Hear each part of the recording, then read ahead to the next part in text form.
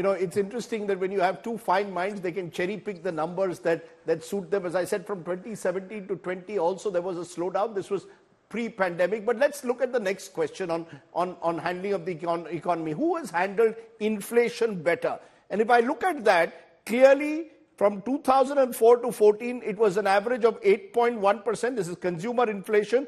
2014 to 23 under NDA, it came down substantially, 5.7%. Now, here you could argue that the NDA had favorable tailwinds, especially with oil prices coming down. But Shashi Tharoor, often the UPA or the opposition has criticized this government for rising prices for inflation. But one of the real achievements, many would say, of the Modi government is that they've never allowed inflation to go out of hand, unlike what happened after the global financial crisis, when inflation entered double digits during UPA 2 in particular. Okay, first, Rajdeep, since you gave Jayant a chance to respond to me, but not me a chance to respond to Jayant, let me just stress.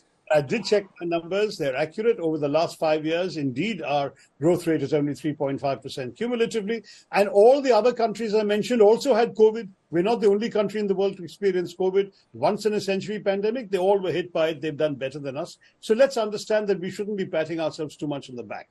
That was on that particular issue. But coming to inflation, the fact is that our retail inflation, measured by the CPI, rose to 7.44% in July of 2023.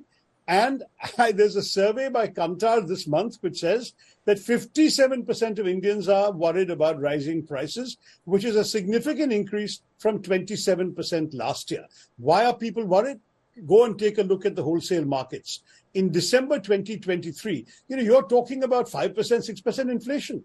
Do you know that the wholesale markets in December 23 were 19.6% higher when it comes to food items like pulses compared to the same month the previous year?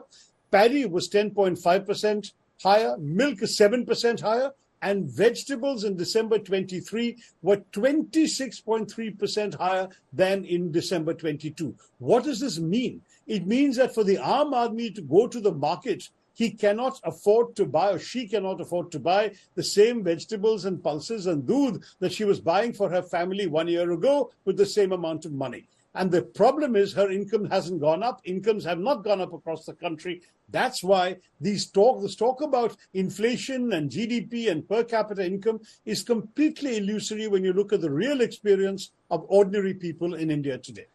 Jayant Sinha, your response to what you've just heard. As I said, I've looked at a 10-year horizon, Dr. Tharoor. So therefore, over 10 years, clearly the numbers here of the NDA are much better than the UPA. You're looking presumably at what's happened in the last 12 months, but Mr. Sinha, respond.